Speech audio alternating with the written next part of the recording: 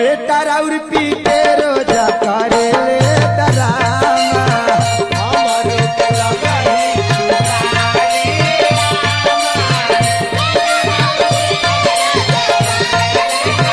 ए अम्मा जी का कहतरू ए बाबू अब का कहतरू हो ए दादा ए खुशी का लग रहा ए ना चुप रहा तेरा मुँह में खिया दे हमरो के लगही सुतालिए अम्मा हमरो के लगही सुतालिए अम्मा बेटा राउर पी के रोजा करे ले डरामा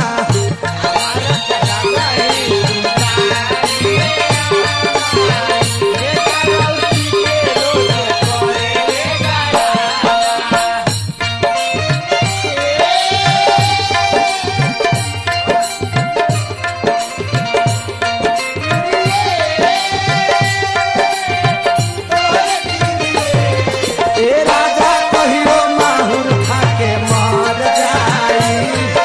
पियल ना छोड़ब त छौकार जाई ए राजा कहियो माहुर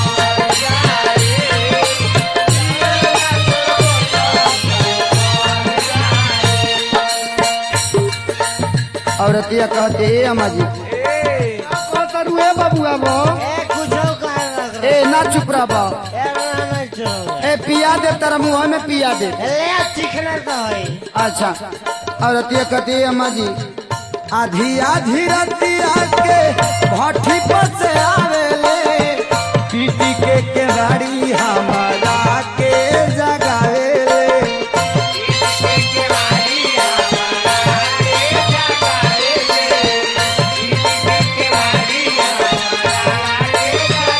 ए अम्मा जी गाड़ी खाओ ए बाबू अब देखा तनी केतना पीटत रे बाप रे बाप ई सुबोधवा के समझ